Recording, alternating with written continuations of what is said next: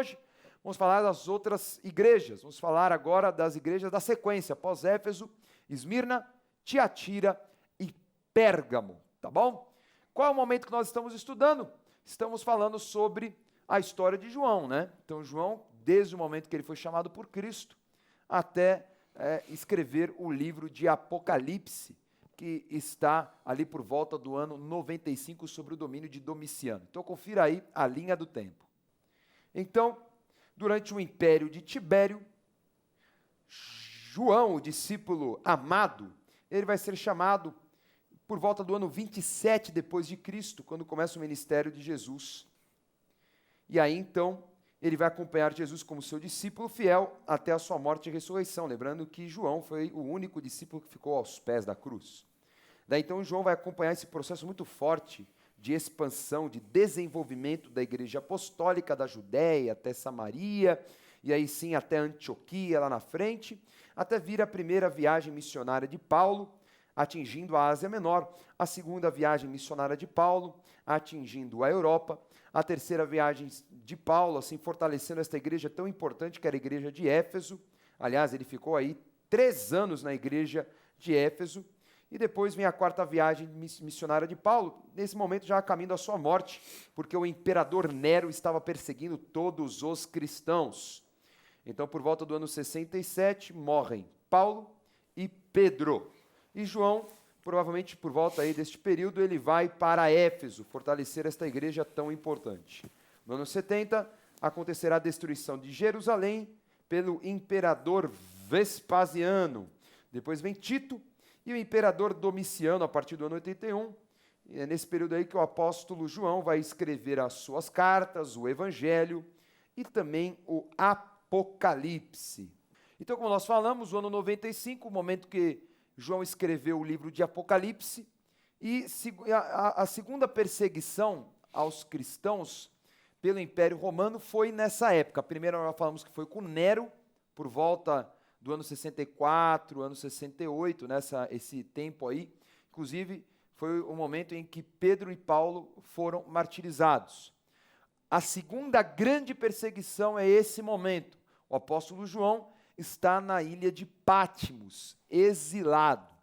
Então, vamos estudar as igrejas em que ele vai escrever as cartas ali na ilha de Patmos. Alguns falam que não foi em Patmos que ele escreveu em Éfeso, com as revelações que ele teve em Patmos. Enfim, o ponto é, as visões ele recebeu na ilha de Patmos. Nós já falamos sobre Éfeso, nós vamos começar falando sobre Esmirna. Então veja no mapa. Então faz aí como que um arco, né? Quase que um triângulo. Então começa ali por Éfeso, vai seguindo essa ordem aí, né? Esmirna, Pérgamo, vai descendo. Tiatira, Sardes, Filadélfia e Laodiceia. Então havia uma estrada que conectava estas 7 importantes cidades da Ásia Menor, aonde existiam igrejas fundamentadas, igrejas que foram usadas como exemplo para nos ensinar também. Então, o tema central do livro de Apocalipse é o fim dos tempos, é o que vai acontecer depois do fim dos tempos, enfim. Mas também, os primeiros capítulos vai se dedicar à correção da postura da igreja, à correção dos cristãos em qualquer era. Agora, Bispo G, uma pergunta. Alguns estudiosos atribuem também que cada uma destas igrejas, elas são compatíveis a uma era. Então, por exemplo, Éfeso é a igreja dos primeiros séculos, depois vem a igreja de Esmirna, que era dos mártires, que é perseguida, tralalá. Estou dando como exemplo, né? Depois vem a igreja de Pérgamo, que vai se perdendo com a doutrina de Balaão, enfim. Tem muitas pessoas que acreditam nisso, né, que representam eras, porque Laodiceia, que tem aquela carinha de morno, que não, né, é e não é, que ninguém sabe, né, meio sem expressão espiritual, completamente na carne, seria a igreja do fim dos tempos. Enfim, será que pode ser feita essa análise? Eu acho que não, Dani. Por quê? Eu, assim, acompanhando a maneira que alguns estudiosos colocam isso, até algumas dessas igrejas poderiam encaixar. Mas a forma e a maneira que eles colocam, ela é muito estranha, porque tem igrejas que duram 50 anos, a outra dura 4 séculos. Quer dizer, é um pouco forçada a situação para que haja esse encaixe. Então, eu atribuo que não. Outros também dizem que são correspondentes às igrejas que acontecem em determinados períodos, 7 igrejas, dessa forma. Até seria, porque a gente percebe que as igrejas, no contexto geral, né, como, vamos dizer, instituição, elas têm as suas características boas e os seus defeitos. Então, eu acho que ela seria mais generalizada do que propriamente fases, eras ou igrejas, né, instituições. Vamos falar de Esmirna, então? Vamos ver o capítulo 2, versículo 8. Ao anjo da igreja em Esmirna escreve: Estas coisas diz o primeiro e o último que esteve morto e tornou a viver. Conheço a tua tribulação, a tua pobreza, mas tu és rico. E a blasfêmia dos que a si mesmos se declaram judeus e não são, sendo antes da sinagoga de Satanás. Não temas as coisas que tens de sofrer. Eis que o diabo está para lançar em prisão alguns dentre vós, para ser dispostos à prova, e tereis tribulação de 10 dias. Ser fiel até a morte, e dar-te-ei a coroa da vida. Quem tem ouvidos, ouça o que o Espírito diz às igrejas.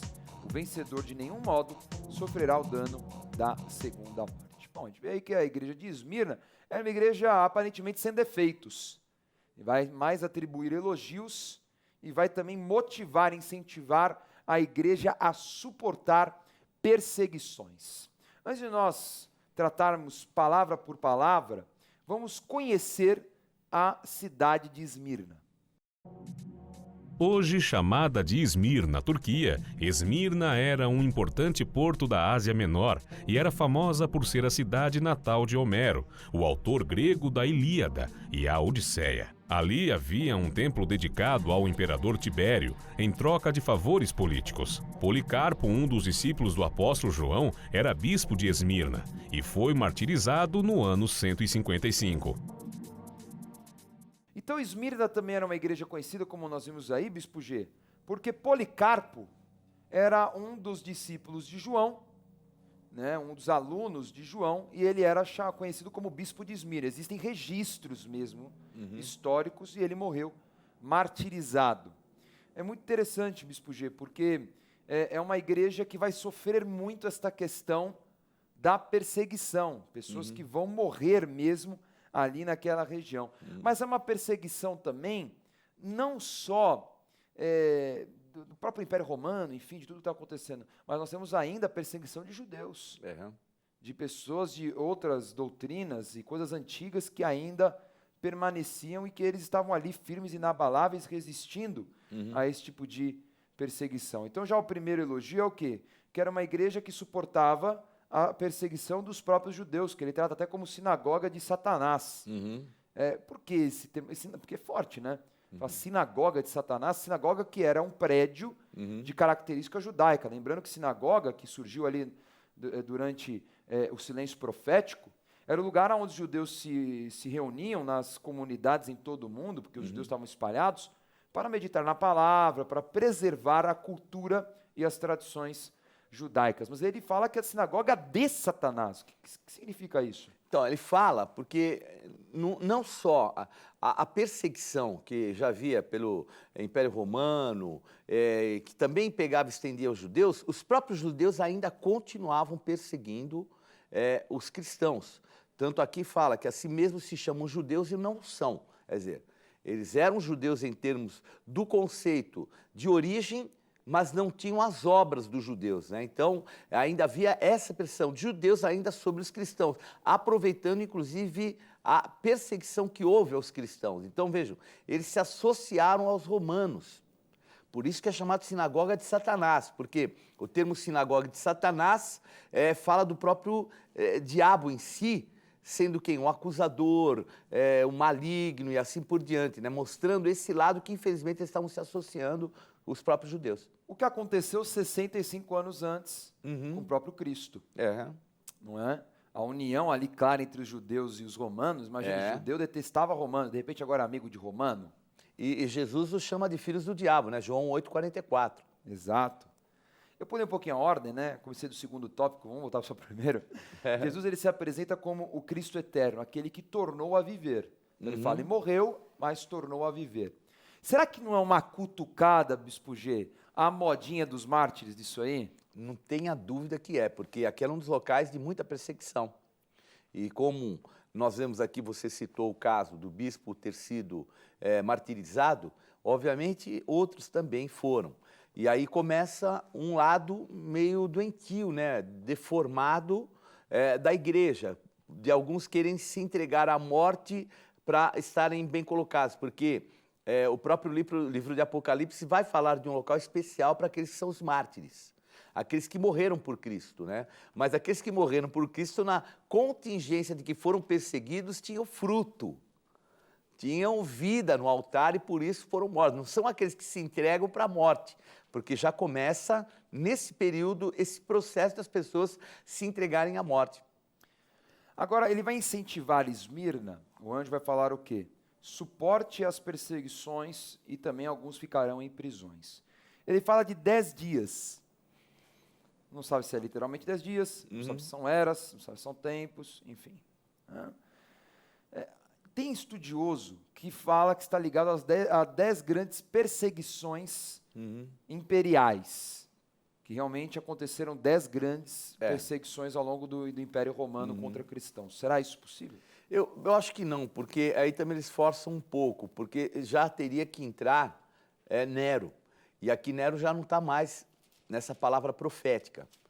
Então eu acho um pouco forçado você usar 10 dias, porque se fosse para usar esse termo, o apóstolo João ele usaria chifres, ele usaria outros termos que são ligados para domínio.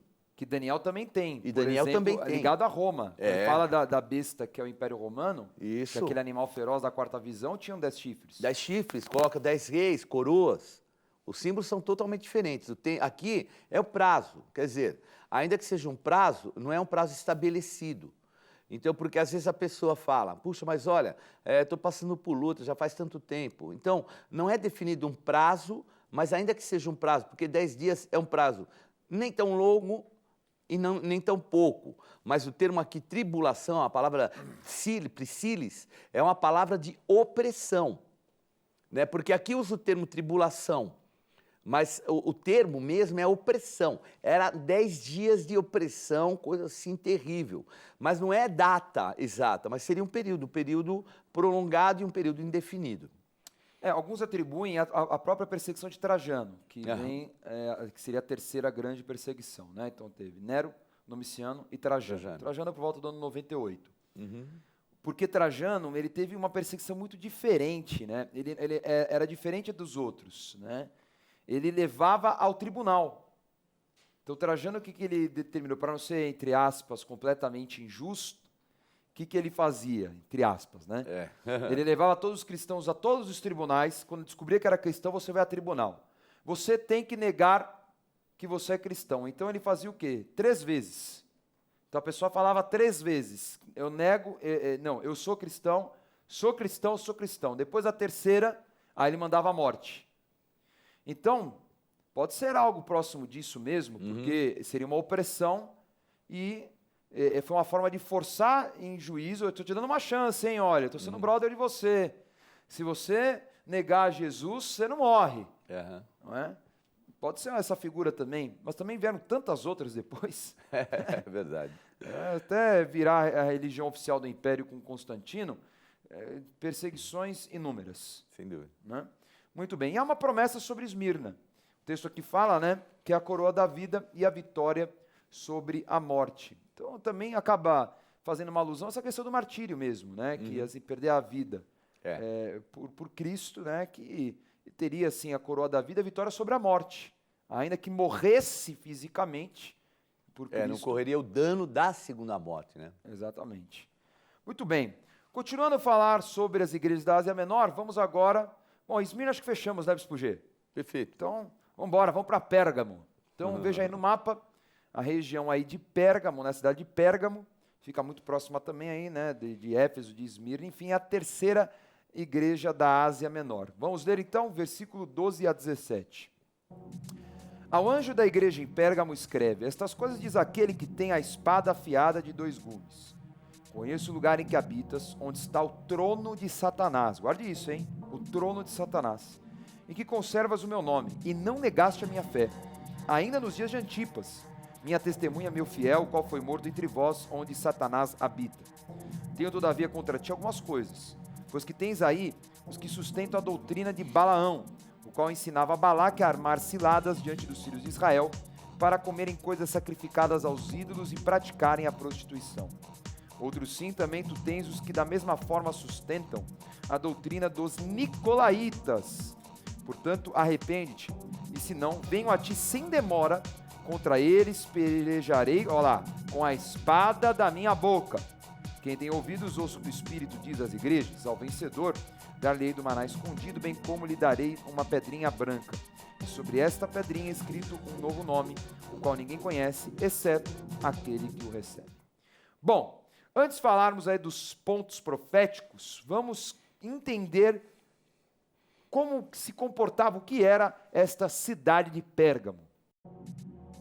Pérgamo era a famosa cidade grega que levantou o primeiro templo de adoração a César, também conhecida pela adoração a Zeus, onde havia um templo dedicado com trono, e Esculápio, o deus grego da cura. O pergaminho foi inventado nesta cidade, e Pérgamo abrigava uma biblioteca que competia com Alexandria. Então vamos lá, Spurgeon. Jesus já começa se apresentando falando o seguinte: eu sou a espada afiada de dois gumes. Então eu já vi que o negócio vai ficar quente, né?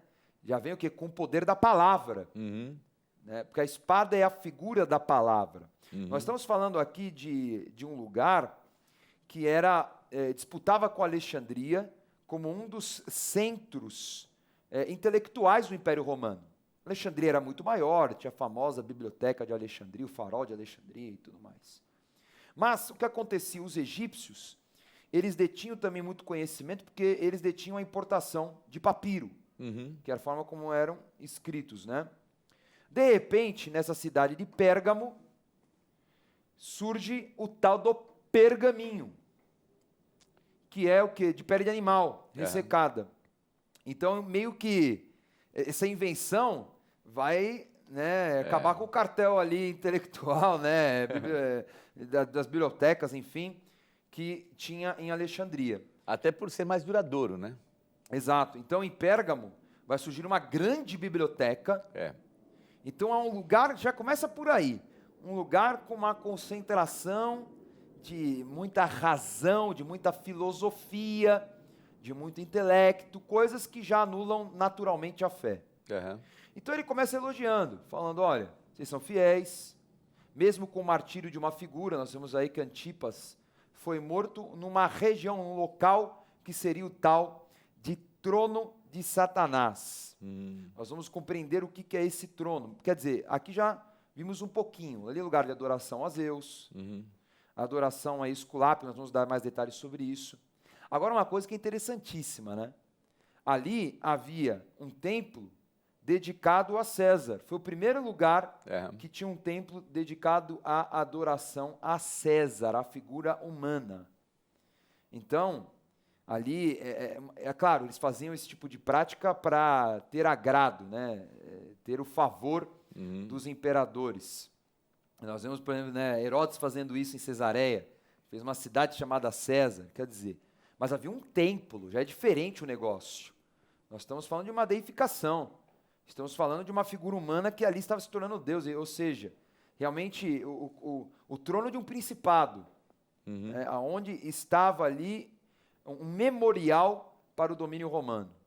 Então já pode ser assim, podemos dizer que essa já é uma figura que talvez se associe a tal do trono de Satanás. Sem dúvida. Né? Mas ali também a adoração a Zeus, que seria o maioral durante o domínio grego. Então, mas você vê aí a coincidência dos dois, né? Porque, de qualquer forma, seria o trono principal, né? E a transferência do principado, vamos dizer, o que havia por Zeus está agora colocado sobre, vamos dizer, o próprio César. Agora, a crítica, Bispo G. Agora vem a bomba. Ele fala o quê? Que ele tem contra a igreja de Pérgamo tolerar, né, permitir, na verdade, a doutrina de Balaão e dos nicolaítas. Nicolaítas nós já explicamos na aula sobre Éfeso, na aula passada. Nós falamos que é aqueles que manipulavam, né? Exerciam domínio. Exercício do domínio sobre os outros, né? Criavam essa divisão e tudo mais. Tudo bem, então eles já tinham uma falha, eles permitiam esse tipo de divisão dentro da igreja. Né? Agora, a doutrina de Balaão, que é o que pega, ele é muito enfático nisso. Você tolera a doutrina de Balaão. Aí nós temos que voltar lá atrás, Bispo G. O que é a tal da doutrina de Balaão? O texto fala que Balaão ensinou a Balaque a armar cilada contra os israelitas. Né? Aquele momento, o povo de Israel está saindo ali do deserto, vai conquistar ali as cidades onde hoje é a Jordânia, né? O lado oriental do Jordão.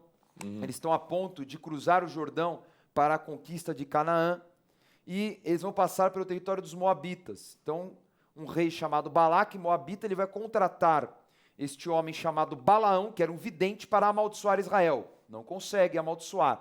Toda vez que vai amaldiçoar, abençoa. Só que Balaão era um cara vendido. Então ele viu que amaldiçoar, liberar uma palavra de maldição não acontecia. Não. Então o que ele fala? Olha, o dinheiro é tão bom, vamos fazer o seguinte, Balaque, eu vou te ensinar então como você destruir, ou pelo menos você paralisar por um tempo os israelitas.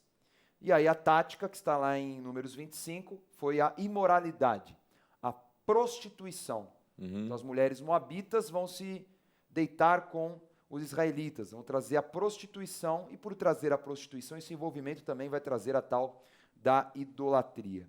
Agora, como seria, Bispo G, essa doutrina, a doutrina de Balaão, para essa nova realidade da igreja?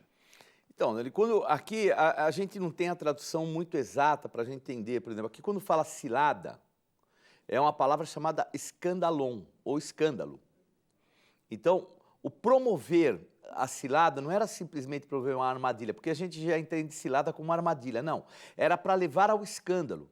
Então, talvez através de libertinagem, através dessas doutrinas, porque o que Balaão era? Balaão era um cara que era voltado para as riquezas, para a luxúria, para o bem bom.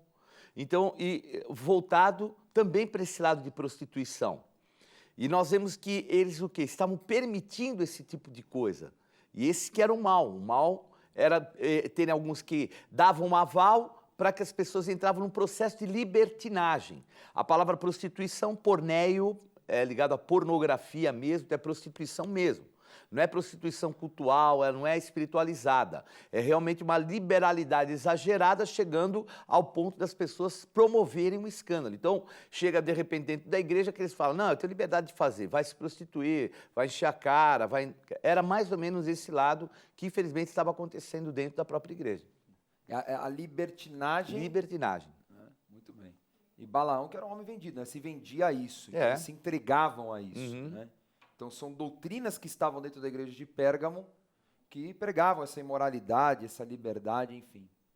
Uma coisa que é interessante, Bispo G, é como a figura de Balaão é uma figura que ela tem uma ligação muito forte, né, com, enfim, né, esse momento de números do povo de Israel, ela é ligada muito forte a Pérgamo, porque Pérgamo era o principal centro de adoração a Esculápio, ou Asclépio, né, que era o deus da cura, né, da medicina, enfim. E o símbolo da medicina, que até hoje é o tal do Esculápio, né, era um pedaço de pau com serpente.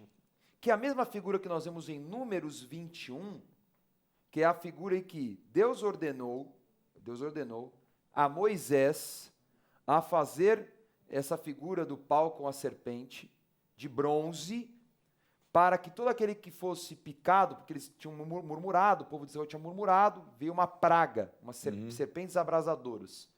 Então o povo se arrependeu, então todo aquele que olhava para aquela serpente de bronze era instantaneamente curado. Então virou um símbolo de cura. Agora nós sabemos, Satanás é imitador, e absurdamente, porque era uma outra cultura, cultura grega.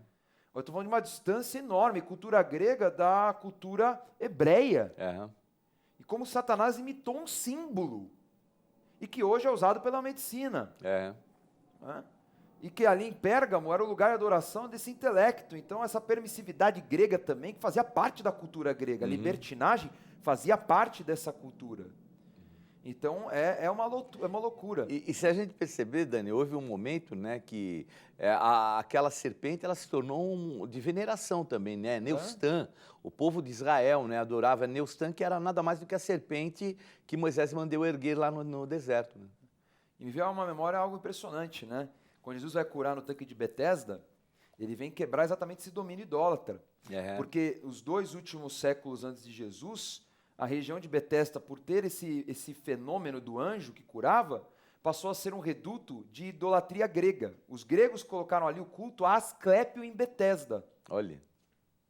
Então Jesus vem ali para quebrar, falar assim, acabou agora o momento do anjo, agora vem o Salvador, vem trazer a cura definitiva. Então são coisas que elas são secretas, você vai encontrando esses pontos, mas você vê esse domínio em Pérgamo, né? Esse domínio quebrado, ou pelo menos denunciado por esse anjo. Qual é a correção? O arrependimento para evitar destruição. Então ele fala, vai vir destruição. Ele fala, vocês devem se arrepender para não serem, né, punidos pela palavra, pela espada, porque é a palavra que julga. Né? E a promessa para Pérgamo é uma pedrinha branca e o maná escondido. Nós vemos aqui, Bispo Gil, uma referência de uma identidade, né? Porque cada um vai receber uma pedrinha branca com um nome que só você tem. Isso significa o quê? Que todos nós teremos o quê? Na vida eterna, uma identidade própria. Isso. E uma nova identidade, né? Exato. Então isso é muito interessante, porque a gente vai ter... E a gente vê o carinho, né? Uma pedrinha branca, algo delicado, né? Vindo de Jesus, para que a gente entenda aquilo que ele tem preparado para o futuro. E nós vamos falar agora sobre Tiatira. Falamos já sobre Esmirna, falamos sobre Pérgamo, e agora chegou uma igreja que é mais ou menos como Pérgamo, né? Tinha umas coisas boas, mas também tinham coisas terríveis. Então veja aí no mapa, essas são as igrejas da Ásia Menor: Éfeso, Esmirna, Pérgamo, Tiatira, Sardes, Filadélfia e Laodiceia. E vamos estudar agora a 4ª igreja. Vamos ler? Versículo 18 do capítulo 2 de Apocalipse. Ao anjo da igreja em Tiatira escreve: estas coisas diz o Filho de Deus, que tem os olhos como chama de fogo e os pés semelhantes ao bronze polido. Conheço as tuas obras, o teu amor, a tua fé, o teu serviço, a tua perseverança e as tuas últimas obras mais numerosas do que as primeiras. Tenho, porém, contra ti o tolerares que essa mulher Jezabel, que a si mesma se declara profetisa, não somente ensine, mas ainda seduz os meus servos a praticarem a prostituição e a comerem coisas sacrificadas aos ídolos. Dê-lhe tempo para que se arrependesse. Ela, todavia, não quer arrepender-se da sua prostituição. Eis que há prostros de cama, bem como em grande tribulação os que com ela adulteram, caso não se arrependam das obras que ela incita. Matarei os seus filhos, e todas as igrejas conhecerão que eu sou aquele que sonda mentes e corações, e vos darei a cada um segundo as vossas obras. Digo, todavia, a vós outros, os demais de Tiatira, a todos quantos não têm essa doutrina e que não conheceram, como eles dizem, as coisas profundas de Satanás, outra carga não julgarei sobre vós. Então somente conservai o que tendes até que eu venha. Ao vencedor que guardar até o fim as minhas obras, eu lhe darei autoridade sobre as nações, e com cetro de ferro as regerá, as reduzirá a pedaços como se fossem objetos de barro. Assim como também eu recebi de meu Pai, dar-lhe ainda a estrela da manhã. Vamos conhecer a cidade de Tiatira.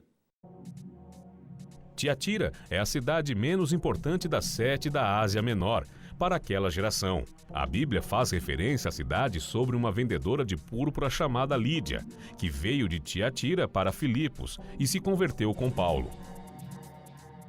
Bom, nós vemos uma cidade, Bispo G, que não tem uma grande expressão na Ásia Menor, mas que tinha um domínio de um espírito chamado espírito de Jezabel, e até uma figura de uma profetisa Jezabel. É tão interessante o detalhe da palavra, porque fala das práticas de Jezabel. Jezabel comia coisas sacrificadas a demônios, praticava a prostituição, que era também a prostituição cultural, que se fazia a Baal, né, a Astarô. E aí é interessante, ele fala assim, que vão matar todos os seus filhos, porque é o que aconteceu com a família de Acabe e Jezabel. A família de Acabe e Jezabel foi exterminada. Então, se a gente retomar tudo que se fala sobre Jezabel, nós vamos ver uma promessa e uma palavra também para nós entendermos que há um espírito que age nas igrejas, que estava agindo ali na igreja de Tiatira. Bom, Jesus começa se apresentando como aquele que tem olhos de fogo e pés como bronze. Figura interessante, Bispo G, Uhum. né? Da visão e daquilo também que são os pés, né? Os pés que sempre está ligado ao avanço, que está ligado na evangelização, e os olhos que purificam, porque o fogo purifica. É. E Jesus falou que se os olhos forem bons, todo o seu corpo será luminoso. Uhum. E os olhos, então, estarão ligados à questão da sedução, que era o que Jezabel fazia, porque Jezabel seduziu Acabe. É. Não é? Então é aquela questão da sedução, da fascinação, que está ligado diretamente à tal da Rainha dos Céus, Diana dos Efésios, e aí fica aquela salada. Tantas facetas de Jezabel, né? E o engraçado, Dani, é que ela pinta os olhos quando ela vai querer conquistar Jeú. O marido estava ainda, devia estar quentinho ainda no túmulo, e agora está um novo rei que é Jeú. Ela pinta os olhos e já joga um charme sobre Jeú, né? Realmente o espírito de prostituição em todas as áreas, né? E a figura dos pés, né? Porque o que sobrou de Jezabel, os cachorros comeram, né? Foram só os pés e as mãos, né? É verdade. Então a gente vê que são figuras para nos chamar a atenção de como a Bíblia é um livro conectado, né? Como as coisas se conectam. É impressionante. Mas vamos lá, Bispo G. Elogios a Tiatira. É uma coisa interessante, diferente de Éfeso, que Éfeso era aqueles que tinham boas obras no passado e agora não tinham mais. Tiatira está falando, agora vocês têm obras melhores do que antes. Isso é notável. Vocês estão melhores em obras, mas vocês permitem, aí vem a crítica, a ação, a doutrina dessa tal de Jezabel. Será que Jezabel era uma mulher mesmo lá com o nome de Jezabel? Olha, aqui a interpretação coloca, porque aqui ele coloca algo muito objetivo, né? Ou seja também, pode ser algo trazendo o quê? Alguém que faz e age como Jezabel, essa entidade. Eu não creio que fosse o nome em si, mas aqui ela a si própria se atribuía. Então, esse era o perigo. Sabia que tinha as marcas dessa Jezabel e deixavam e permitiam que ela continuasse ali de forma autoritária. Agora, uma coincidência, Bispo G.